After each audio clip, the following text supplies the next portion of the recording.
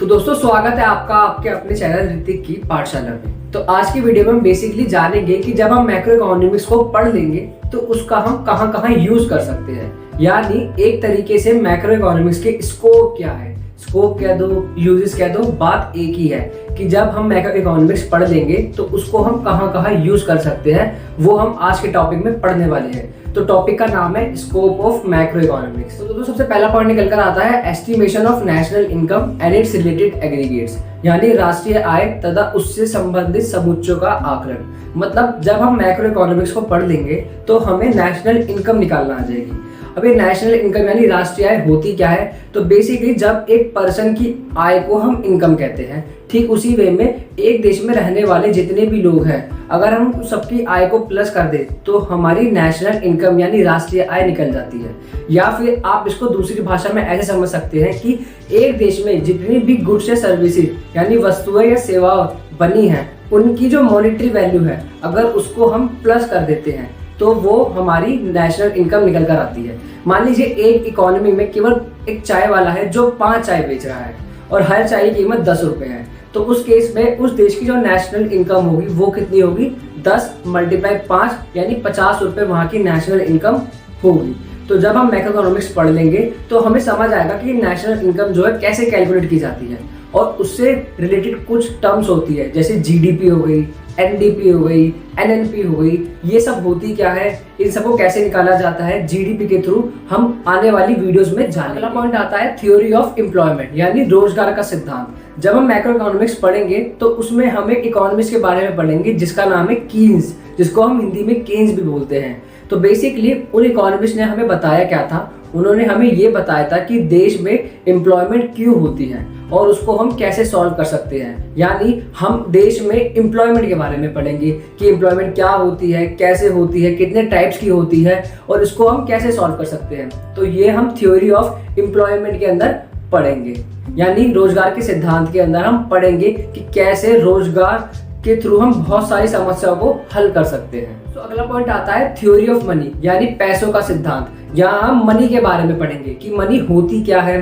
Money कितने type की है, मनी का इवॉल्व कैसे हुआ है। इवॉल्व यानी आज से कई साल पहले जो मनी हम यूज कर रहे थे वो हम आज क्यों नहीं यूज कर रहे हैं, तो आज मनी में इतना चेंज कैसे आ रहा है उसके बारे में पढ़ेंगे। और ये जानेंगे कि देश में मनी की सप्लाई कौन कर रहा है, यानी पैसों की पूर्ति हमारे देश में कौन कर रहा है, कौन इसको रेगुलेट कर रहा है, यानी कौन इससे संबंधित नियम और कानून को बना रहा है। और बहुत सारे टर्म्स के बारे में पढ़ेंगे जैसे CRR, SLR, cash reserve ratio, ये सब कुछ टर्म्स के बारे में पढ़ेंगे कि ये बैंकिंग टर्म्स होती क्या है। और ये भी देखेंगे कि बैंक जो है वो कैसे 5,000 से 50,000 रुपए क्रिएट करता है, वो भी एक्स्ट्रा नोट छापे हुए, जो उस प्रोसेस को हम क्रेडिट क्रिएशन कहते हैं। तो अगला स्कोप आता है role of the government and government budget यानी सरकार की भूमिका तथा सरकारी बजट। और मैक्रो इकोनॉमिक्स को पढ़ने के बाद हमें ये पता चलेगा कि एक देश यानी पूरे देश में गवर्नमेंट की क्या रोल रहता है, गवर्नमेंट क्या क्या काम करती है, कैसे कैसे काम करती है, गवर्नमेंट कैसे कैसे पैसा कमाती है और कहाँ कहाँ उसको खर्च करती है, वो कैसे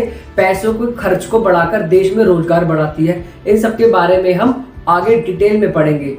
तो साथ में ये भी पढ़ेंगे कि जो गवर्नमेंट बजट निकालती है उसका हमारे देश की अर्थव्यवस्था पर क्या प्रभाव पड़ा। अगला आता है exchange rate and balance of payment यानी विनिमय दर तथा शेष का भुगतान। अब जब हम मैक्रो इकोनॉमिक्स पढ़ लेंगे तो हमें समझ आएगा कि बेसिकली ये एक्सचेंज रेट होता क्या है।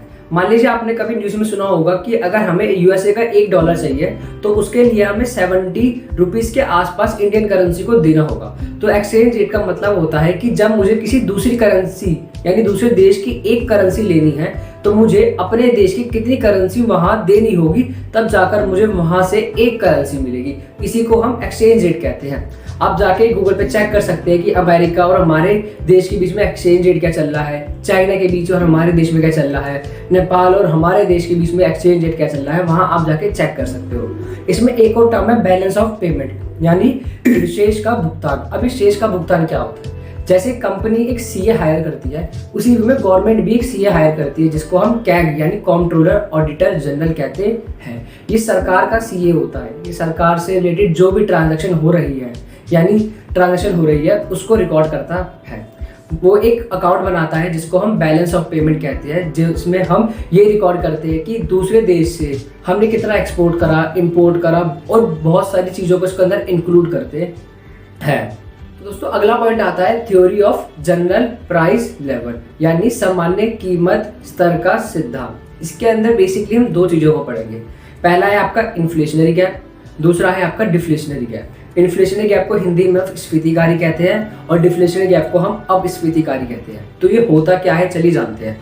जैसे हम माइक्रो में डिमांड और सप्लाई पढ़ते थे तो वहाँ एक मार्केट इक्विलिब्रियम यानी बाजार संतुलन करके एक चैप्टर हुआ करता था, जहाँ पे हम ये जानते थे कि प्राइस कैसे डिटरमाइन किया जाता है। जहाँ पर डिमांड और सप्लाई एक कर्व एक दूसरे को काटते थे, वहाँ जो प्राइस होता था वो हमारा इक्विलिब्रियम प्राइस होता था।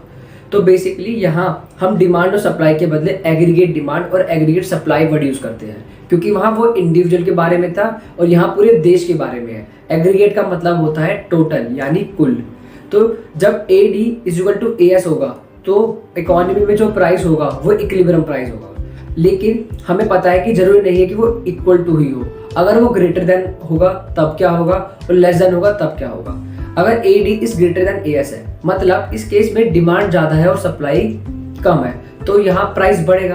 अब प्राइस बढ़ता है तो इसे हम कहते हैं महंगाई बढ़ गई, यानी हिंदी में इसको हम इन्फ्लेशनरी गैप कहते हैं, हिंदी में इसको हम स्फीतिकारी कहते हैं।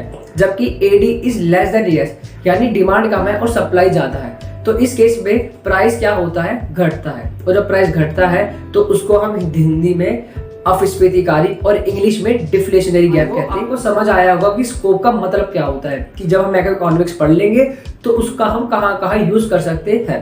जो मैंने आपको पॉइंट बताया है ये आपके आने वाले मैक्रो के चैप्टर्स हैं।